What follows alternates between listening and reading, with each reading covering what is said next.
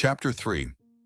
Not all that Mrs. Bennet, however, with the assistance of her 5 daughters could ask on the subject, was sufficient to draw from her husband any satisfactory description of Mr. Bingley. They attacked him in various ways, with barefaced questions, ingenious suppositions, and distant surmises, but he eluded the skill of them all, and they were at last obliged to accept the second-hand intelligence of their neighbor, Lady Lucas. Her report was highly favorable. Sir William had been delighted with him.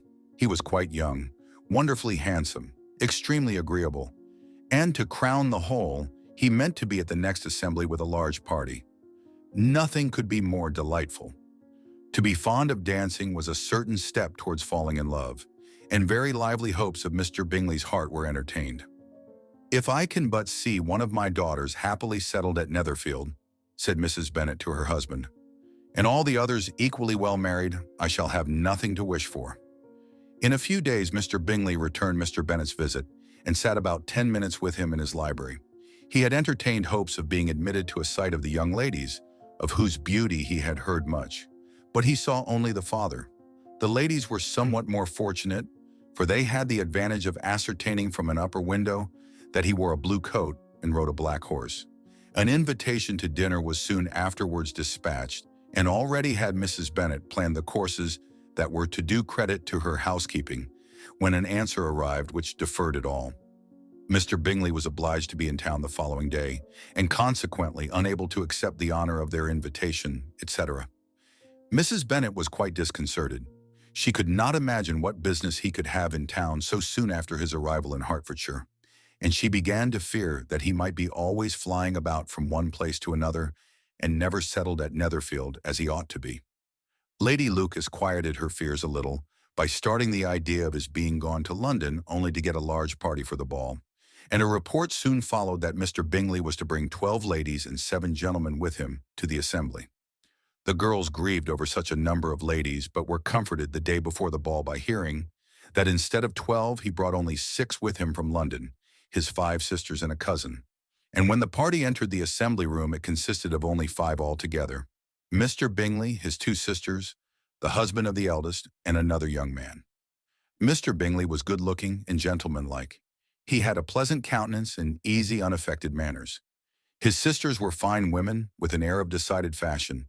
His brother-in-law, Mr. Hurst, merely looked the gentleman, but his friend Mr. Darcy soon drew the attention of the room by his fine, tall person, handsome features, noble mien, and the report, which was in general circulation within 5 minutes after his entrance, of his having 10,000 a year.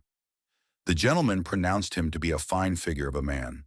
The ladies declared he was much handsomer than Mr. Bingley, and he was looked at with great admiration for about half the evening, till his manners gave a disgust which turned the tide of his popularity, for he was discovered to be proud, to be above his company and above being pleased, and not all his large estate in Derbyshire could then save him from having a most forbidding, disagreeable countenance, and being unworthy to be compared with his friend.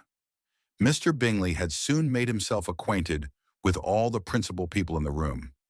He was lively and unreserved, danced every dance, was angry that the ball closed so early, and talked of giving one himself at Netherfield. Such amiable qualities must speak for themselves. What a contrast between him and his friend! Mr. Darcy danced only once with Mrs. Hurst and once with Miss Bingley, declined being introduced to any other lady, and spent the rest of the evening in walking about the room, speaking occasionally to one of his own party. His character was decided. He was the proudest, most disagreeable man in the world, and everybody hoped that he would never come there again. Amongst the most violent against him was Mrs. Bennet, whose dislike of his general behavior was sharpened into particular resentment by his having slighted one of her daughters. Elizabeth Bennet had been obliged by the scarcity of gentlemen to sit down for 2 dances, and during part of that time Mr. Darcy had been standing near enough for her to hear a conversation between him and Mr. Bingley, who came from the dance for a few minutes to press his friend to join it.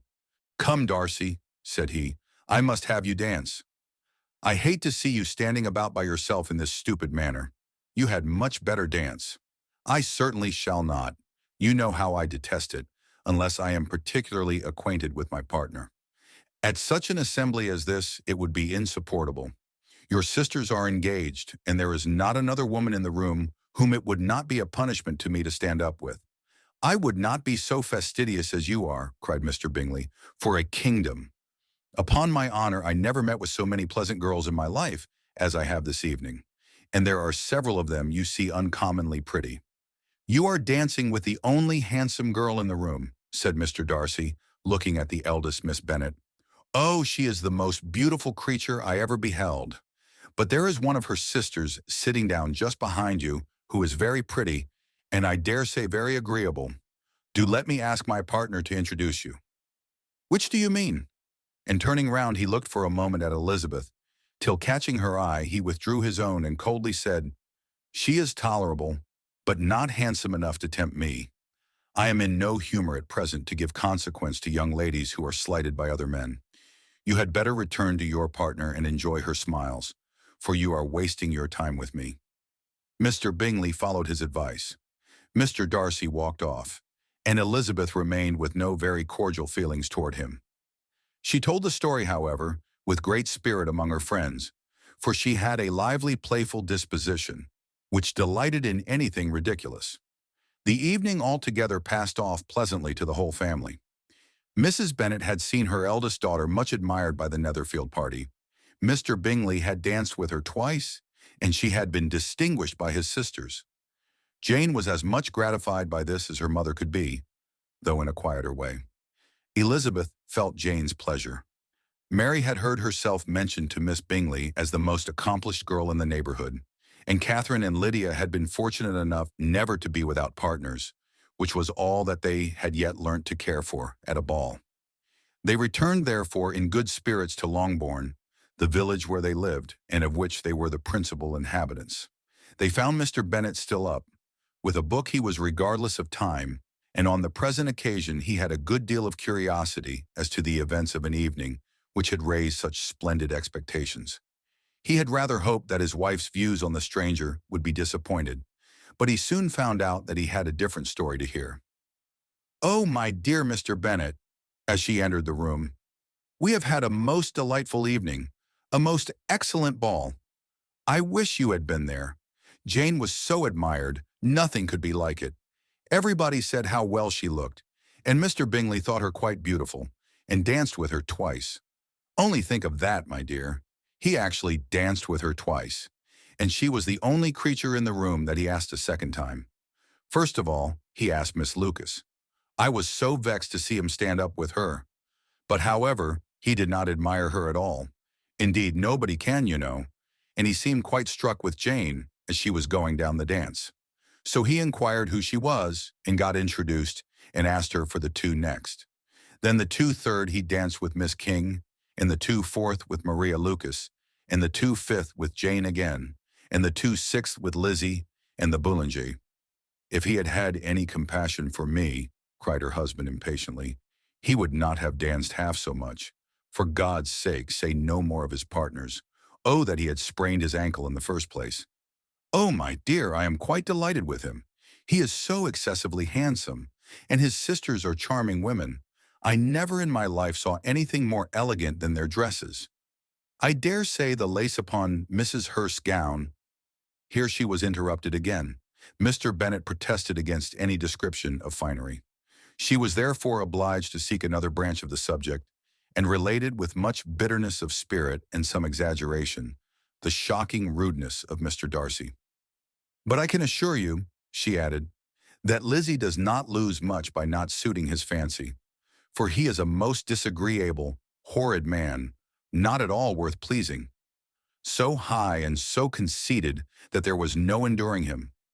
He walked here and he walked there, fancying himself so very great, not handsome enough to dance with.